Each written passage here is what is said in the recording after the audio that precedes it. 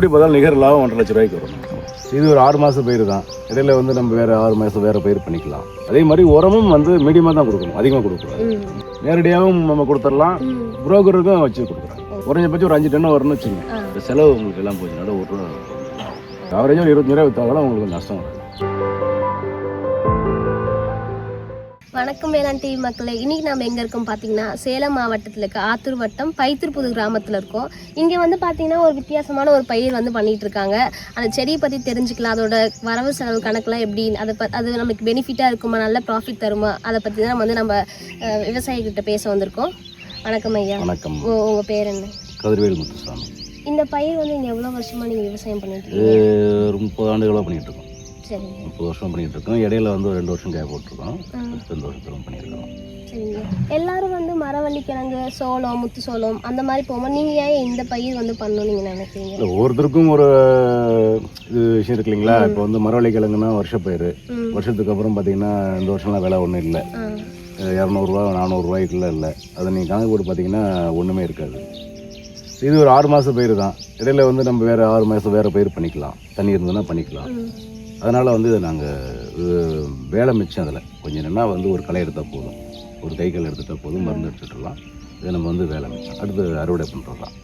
இந்த பயிர் வந்து இதுலேருந்து வர கிழங்கு வந்து எதுக்கு யூஸ் பண்ணுறாங்க? இது மெடிசனுக்கு ஆயில் எடுத்து யூஸ் பண்ணுறாங்கம்மா. மெடிசனாக வந்து ஃபஸ்ட்டு வந்து ஊறுகாய் போடுறான்னு சொன்னாங்க, உணவாக எடுத்துக்கிறதா சொன்னாங்க. அதுக்கப்புறம் வந்து பார்த்தா அது வந்து ஒரு ஆயில் தயாரிக்கிறாங்க. இந்த ஆயில் வந்து மெடிசனுக்கு யூஸ் பண்ணுறாங்க.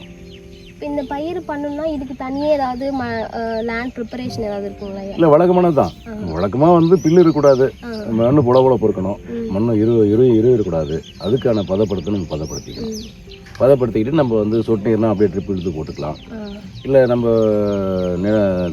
நேரடி பாய்ச்சலாக இருந்தால் கால்வாய் போட்டு நம்ம அதை வந்து ஊனிக்கலாம். இப்போ இந்த செடி வந்து எப்படி நீங்கள் இப்போ கொண்டு வளர்க்குறீங்க? நம்மகிட்ட வந்து விதை செடிங்க தான் ஊனியிருந்தோம். இது சரியாக தண்ணி இல்லாமல் காஞ்சிருச்சு. அதுக்கப்புறம் வந்து வெளியில் தான் வாங்கிட்டு வந்தோம். 1 கிலோ 45 ரூபான்னு வாங்கிட்டு வந்தோம். 45 ரூபா வாங்கிட்டு வந்தோம். இதுக்கு உரம் இதெல்லாம் எப்படி? உரம் வந்து நார்மல் சாதாரண உரம் தான். இப்போ நம்ம என்னன்னா இதெல்லாம் வந்து எந்த காலத்துலையும் மருந்து அடிச்சது கிடையாது. இந்த முறை மருந்து அடிச்சது, இதுக்கு மருந்து அடிச்சது. இந்த அழுகல் நோய் பாருங்க, அந்த செடி பாருங்க காஞ்சி போய் பாருங்க. அழுகல் நோய் வரக்கூடாதுங்கிறதுக்காக கிழங்கு காஞ்சி போய் அடியில் வந்து அழிக்கிறோம் போல. அதுக்காக வந்து ஒரு டானிக்கு ஒரு பவுடர் கொடுப்பாங்க. அதை கலந்துட்டு லிக்விடாகவும் நம்ம அப்படியே விடலாம், மேலே தெளிச்சும் விடலாம். இது வந்து விடலாம், நம்ம தண்ணியில் கரைச்சும் விடலாம், மேலே வந்து தெளிச்சும் விடலாம். இது இந்த மாதிரி பண்ணலாம். இது வந்து உரம்னு பார்த்தீங்கன்னா உரம் வந்து 10 26 தான் கிழங்கு கொடுக்கணும். அதை விட்டால் பொட்டாஸ், இது 2 உரம் தான் இதுக்கு பயனுள்ளதான உரம். எத்தனை நாள்ல இருந்து மருந்து அடிப்பீங்க? மருந்து வந்து இப்போ 3 மாதமே அடிக்க ஆரம்பிச்சிட்டோம். ஒரு மருந்து அந்த இதுக்கு அடிச்சு விட்டோம். அப்புறம் செடி அதிகம் வளர்ந்துச்சு இல்லைங்களா, செடி வளரக்கூடாது அப்படிங்கிறதுக்காக அதுக்கு ஒரு மருந்து அடித்தோம். வளர்ச்சி குறைச்சிட்டு அதுக்கு அந்த கிழங்கு வந்து நல்லா ஊக்கமாக வர்றதுக்காக அந்த டானிக் அடிக்கிறது. ஏதாவது செடி ஊனும் போது வந்து ஏதாவது மண் உரம் இந்த மாதிரி ஏதாவது எருவு இந்த மாதிரி ஏதாவது போட்டீங்க? எருவு தொழு உரம் போடுறது. தொழு உரம் வந்து ஆக்சுவலி இதுக்கு தொழு உரம் போடக்கூடாது. இது வந்து ரொம்பவும் வந்து இது இருக்கக்கூடாது, லைட் வெயிட்டாக தான் இருக்கணும். அதான் செடி பாருங்க, அது செடி வரக்கூடாது. செடி வந்து இவ்வளோ தான் இருக்கணும். அப்போ கிளைக்கும் போது வந்து அந்த கிழங்கு வந்து ரொம்ப இதாக இருக்கும். இப்போ இது பார்த்தீங்கன்னா ஓரளவு சுமாராக தான் இருக்கும். ஒரு சில நேரங்களில் செடி இப்படி இருந்து கூட நல்ல கிழங்குலாம் இருந்திருக்குது. ஒரு சில நேரங்களில் இப்படி செடி வளரும் போது கிழங்கு இல்லாமல் இருந்திருக்கு. அதனால வந்து அதை எருவு இது கம்மியாக போடணும், அவ்வளோதான். அதே மாதிரி உரமும் வந்து மீடியமாக தான் கொடுக்கணும், அதிகமாக கொடுக்கக்கூடாது. ஒரு ஏக்கருக்கு எவ்வளோ உரம் நீங்கள் போடுங்க? ஒரு ஏக்கருக்கு வந்து 2 மூட்டை 10 26 போட்டேன். அவ்வளோதான் போட்டிருக்கேன். 2 மூட்டையே போதும். அவ்வளோதான் போட்டிருக்கேன் நான். வேறெல்லாம் வாங்கிக்கிறேன். எப்போ அறுவடை பண்ணுவீங்க? அறுவடை வந்து இந்த மாதத்துலேயே பண்ணிடுவேன். இந்த மாதம் பங்குனி மாதமே கடைசிக்குள்ளே பண்ணிடலாம். எப்போ செடி ஊனுவீங்க? இந்த மாதம் புரட்டாசி மாதம் ஊனணும். புரட்டாசியிலேருந்து ஐப்பசி வரைக்கும் ஊனலாம். ஐப்பசி ஒரு 20 தேதி வரைக்கும் ஊனலாம். 6 மாதம் பயிர் புரட்டாசியில் வச்சோம்னா அதுக்கான சீசன் என்னென்னா அந்த மலைகள் வரும். மழை வரும்போது செடி நட்டுட்டோம்னா அந்த 2 மாதத்துக்கு நம்ம வந்து தண்ணி கட்ட தேவையில்லை, அதிலே செடி தளைஞ்சு வந்துடும். அடுத்த காலங்கட்டை கிடக்கும்போது நம்ம தண்ணி பாய்ச்சி ஆகணும். செடி நம்ம வேறு பிடிக்கிற வரைக்கும் கொஞ்சம் அடிக்கடி தண்ணி காய்ச்சி ஆகணும். இதுதான் விஷயம். இதோட கிழங்குலாம் நீங்கள் எப்படி வந்து கார்பரேட் கம்பெனிஸ் கொடுப்பீங்களா, இல்லை வியாபாரிங்க வந்து எடுத்துப்பாங்களா? இல்லை இப்போ ஒவ்வொரு இதுலேயும் ஒரு விஷயம் இருக்குது. இப்போ நம்ம கெங்கவலியில் எடுக்கிறாங்க, நம்ம வந்து வெட்டி எடுத்துகிட்டு போய் நம்ம நேரடியாக இடையை போட்டு அங்கே கொடுத்துட்டு வந்துடலாம். இப்போ ஆத்தூரில் அதே மாதிரி இருக்காங்க, அவங்கள்ட்ட நம்ம கொடுக்கலாம். நேரடியாகவும் நம்ம கொடுத்துடலாம், புரோக்கருக்கும் வச்சு கொடுக்குறாங்க. புரோக்கர் வந்தாலும் அவங்களுக்கு கிலோவுக்கு ₹1 ₹2 கமிஷன் கிடைக்கும். இப்போ நம்ம நேரடியாக போகும்போது அந்த காசு நமக்கு கிடைக்கும். இவ்வளோதான். இப்போ இந்த செடியெல்லாம் ஆடு மாடுங்களுக்குலாம் போடுது. இந்த செடி இதை எடுத்துகிட்டு போயிடும். அவங்களே செடி வந்து இது வந்து ஊதுபத்திக்கு பயன்படுத்துகிறாங்க. இந்த செடியை வந்து அரைச்சி காய வச்சு பவுடர் ஆக்கி இது வந்து நம்ம ஊதுபத்தி மற்ற விஷயங்களுக்கு பயன்படுத்துகிறாங்க. இது வாசனையாக தான் இருக்கும், செடி வாசனையாக தான் இருக்கும். இந்த செடி வளர்த்துல மற்ற செடி மாதிரி பூச்சி தாக்கல் இல்லை நோய் வர்றது அந்த மாதிரி ஏதாவது இருக்குங்களா? இல்லை, ஆரம்பத்திலாம் எந்த மருந்துமே அடிக்கல, எந்த நோயுமே இது வந்ததில்லை. இப்போ சமீப காலமாக தான் இது வந்து இயற்கை மாற்றம், அந்த வெயில் வெப்பநிலை மாற்றத்தில் வரும்போது அந்த நிகழ்வெல்லாம் வந்து செடி கருகிறது, வேறு அழுகிறது, இந்த மாதிரி சில நிகழ்வு நடக்கிறது உண்டு. அது மட்டும்தான், வேறெல்லாம் செடியை வளர்த்துல ஏதாவது கஷ்டம் இந்த மாதிரி இருக்குங்களா? எல்லாத்துலேயுமே கஷ்டம்தான். விவசாயம்னாவே எல்லாமே கஷ்டம்தான். விவசாயம் வந்து 24 மணி நேரமும் கண்காணிப்புலேயே இருக்கணும். ஒரு பயிர் வந்து நம்ம கண்காணிப்பே இருந்தால் தான் அது வந்து நம்ம பராமரிப்புக்கு சரியாக இருக்குன்னு அர்த்தம். ஏதோ தண்ணி விட்டோம் பயிர் வந்துச்சு அப்படின்னா நம்ம நாளைக்கு அது ஈல்டு எடுக்க முடியாது. ஏன்னா அது என்ன நடக்குன்னு தெரியாது நமக்கு. அதனால முறையாக நம்ம வந்து பராமரிச்சுட்டே இருக்கணும், 24 மணி நேரம் பராமரிச்சுட்டே இருக்கணும். இதுதான். இதுக்கு பராமரிப்பு ரொம்ப அதிகமாக தேவைப்படுங்களா? இல்லை, அவ்வளோ அப்படின்னா ஓரளவுக்கு தான். மற்ற பயிர்கள் பண்ணுற மாதிரி தான் இருக்கும். இப்போ கடலை இது பண்ணுற மாதிரி தான். கடலைக்கு செலவு அதிகமாகும், அதை விட இது கம்மி தான். ஆமாம். வேற இப்போ ஒரு ஏக்கருக்கு நம்ம வந்து நாங்கள் இந்த செடியை நடுறோம் அப்படின்னா இப்போ லேண்ட் ப்ரிப்பரேஷன் வந்து எவ்வளோ செலவாகுங்கய்யா? இப்போ உழவு ஓட்டுறது வழக்கமாக ஒரு ₹5 முடிஞ்சிடும். ஒரு ₹5000 முடிஞ்சிடும். ஒரு 2-3 உழவு ஓட்டினா போதும். ரொட்டேட் விட்டு ஓட்டி அதுக்கப்புறம் வந்து பார் ஓட்டிக்கலாம். இவ்வளோதான். ஒரு ₹5-6 அந்த வேலை முடிஞ்சிடும். இப்போ நீங்கள் இந்த செடி நடுறீங்களா, அது வந்து ஒரு ஏக்கருக்கு எவ்வளோங்க ஆகும்? 120 கிலோ ஒரு செடி. ஒரு ஏக்கருக்கு 120 கிலோ. எவ்வளோ ஆகும்? 120 கிலோனா ஒரு கிலோ ஒரு கிலோ ₹45. அப்போ கணக்கு போட்டிங்கன்னா வந்து 4500 ப்ளஸ் அது வந்து ஒரு ₹5000 வந்துடும்.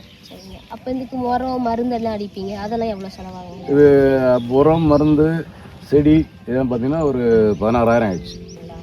களை எடுத்தது அது இது பண்ணது அது வந்து ஒரு 15000 ஆயிடுச்சு. கிட்டத்தட்ட ஒரு ₹40 இது வரைக்கும் செலவு. இது வரைக்கும் அறுவடை பண்ணுறதுக்கு ஏக்கருக்கு 30,000, குறைஞ்சபட்சம் 30,000. நாமளே நேரடியாக கிழங்கு வெட்டி கொடுத்தாலும் 30,000 ஆகும். இல்லை, நம்ம ஆட்கள் வச்சாலும் நம்ம ஒரு ஆள் வெட்ட முடியாது இல்லைங்களா? இப்போ நம்ம வந்து எப்படி பார்த்தாலும் வந்து அன்னைக்கு செடி வந்து வேலை எடுக்கலைன்னா இப்போ கிழங்கு மட்டும் வெட்டி எடுத்துகிட்டு போயிடலாம். நம்ம இங்கே லோக்கலில் இருக்க ஆட்களை வச்சு வெட்டிக்கலாம். செடி ஏற்றுறதுனால இவங்க அது முடியாது. அதனால வந்து ஆள் அவங்க ஒரு 20 பேர் வருவாங்க, வெட்டி எடுத்துக்கிட்டு கிழங்கு கொடிங்க ஏற்றிட்டு போயிடுவாங்க. மரவள்ளி கிழங்கு ஆளுங்க வர மாதிரி இதுக்கு ஆள் இருக்காங்க. ஒரு 20 பேர் வருவாங்க, ஒரு ஏக்கருக்கு 20 பேர் வருவாங்க. வந்தாங்கன்னா வெட்டிட்டு கிழங்கு ஆஞ்சு தனியாக ஏற்றிக்கிட்டு கொடியை வந்து மேலே ஏற்றி. அதுக்கு 30,000 ஆகும். ஆமாம். மொத்தமாக இப்போ நான் ஒரு ஏக்கரில் இந்த செடி நான் பண்ணுறேன், நான் விவசாயம் பண்ணணும்னு நினைக்கிறேன்னா எவ்வளோ செலவு எனக்கு ஆகுங்கய்யா? இது நம்ம பராமரிப்பு கரெக்டாக நம்ம ஆட்கள் இருந்து கூட நம்ம வீட்டில் ஆட்கள் 4 பேர் இருந்து செஞ்சோம்னா இது வந்து இன்னும் குறையிறது வாய்ப்பு இருக்குது. இன்னும் வந்து நம்ம செடி விதை செடி நம்ம வச்சுக்கிட்டோம்னா அதிகபட்சம் ஒரு ₹30,000 மேலே தாண்டாது. ஏக்கருக்கு 30,000 மேலே செலவு தாண்டாது. இதில் லாபம் பார்க்கலாமாங்க இந்த செடி? இப்போ குறைஞ்சபட்சம் ஒரு 5 டன் வரணும்னு வச்சுங்க. இப்போ 5 டன் வந்து 10 டன் வரணும், 12 டன் வரணும், குழிக்கு 1 டன் வரணும். ஆவரேஜாக குழிக்கு 1 டன் வரணும். அரை டன் வச்சுன்னா கூட 6 டன் ஆகிப்போச்சு. இப்போ உங்களுக்கு 30 ரூபா 6 18 1,80,000 போச்சு. இப்போ செலவு உங்களுக்கு எல்லாம் போச்சுன்னா ₹1 உங்களுக்கு ஆகும். ஈல்டு எடுக்கணும். மற்ற பயிரில் நீங்கள் எடுக்க முடியாது. இப்போ குச்சி வச்சோம்னா ஒரு 200 மூட்டை வந்தோன்னா வந்து ₹1,00,000 வரும். இப்போ அதுக்கு நீங்கள் ஆவரேஜ் செலவு பண்ணால் 50,000 செலவு போயிடும். அப்புறம் 50,000 உங்களுக்கு லாபம் அப்படின்னு சொல்லுவாங்க. 400 விற்றா என்ன குறையும். அப்புறம் நான் 350 போச்சு இன்னும் 7 போகிறோம். அந்த மாதிரி தான். இது ஆவரேஜாக 25 விற்றாலும் உங்களுக்கு நஷ்டம் வராது. லாபம் தான். இப்போ இந்த செடியெல்லாம் வந்து மார்க்கெட்டில் எவ்வளோ எடுத்துக்கிறாங்க? கிலோ ₹2 எடுத்துக்கிறேன். கிலோ ₹2. இதோட கிழங்குலாம் எவ்வளோ எடுத்துக்கிறேன்? கிழங்கு ₹35 எடுத்துக்கிறாங்க. இப்போ இன்னைய ரேட்டு வந்து கிழங்கு ₹35, செடி ₹2, ₹37 கிலோ கணக்கு வந்துடும்.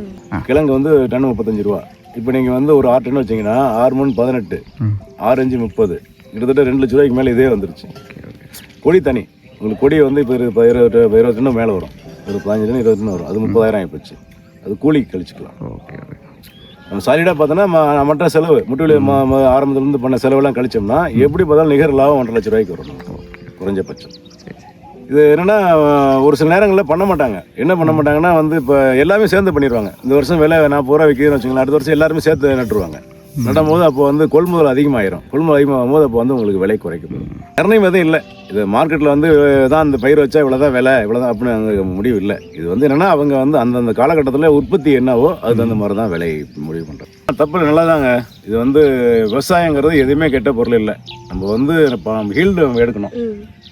வந்து மார்க்கெட்டில் வந்து இப்போ இன்றைக்கி வெண்டைக்காய் வச்சோம்னா இன்றைக்கி 5 ரூபா 7 ரூபா 10 ரூபாங்கிறாங்க. ஒரு சீசனில் 50 ரூபா விற்கிது.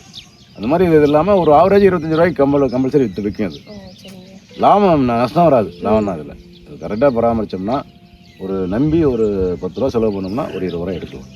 இதுதான் இதனுடைய பயிர் வச்சுக்கல பராமரிப்பில் வந்து எந்த நஷ்டம் வராது. நல்லா பராமரிச்சா நல்ல லாபம் பார்க்கலாம். ஆனால் பெரிய கஷ்டமும் கிடையாது. பெரிய கஷ்டமும் இப்போ சொட்டுநீர்னா வந்து நீங்கள் உள்ளே போக தேவையில்லை. நீங்கள் செடி நட்டுட்டு பாட்டுங்க சொட்டுநீர் தண்ணி போட்டால் பாய போகுது. ஓரம் ட்ரிப் அங்கே கரைச்சி விட போகிறீங்க. களை எடுக்கிறத மட்டும் தான் நீங்கள் உள்ள வெயில் இறங்க போகிறீங்க. அதோட அறுவடைக்கு தான் நீங்கள் இறங்க போகிறீங்க. அப்போ உங்களுக்கு வந்து ஈஸியான வேலைகள். களை எப்பயிலேருந்து எடுக்கணுங்கய்யா? களை வந்து செடி நட்டு ஒரு 20 நாளுக்குள்ளே எடுத்துடணும். பில்லு அப்போ வரும். அப்போ வந்து மருந்து அடிச்சோம்னா களைக்கொல்லி அடித்தோம்னா செடி தாங்காது, செடி செத்து போயிடும். அதனால் வந்து அப்போ மட்டும் ஒரு களை எடுக்கணும். அதுக்கப்புறம் செடி வளர்க்கும் போது நம்ம ஒரு மருந்து களைக்கொல்லி அடிச்சுக்கலாம். சொல்லி சந்தா இருக்கும், அந்த பில்லு வரும் அடிச்சுட்டா அதுக்கப்புறம் தேவை செடி மூடிக்கும். செடி மூடிச்சுன்னா அப்புறம் பில்லு வராது.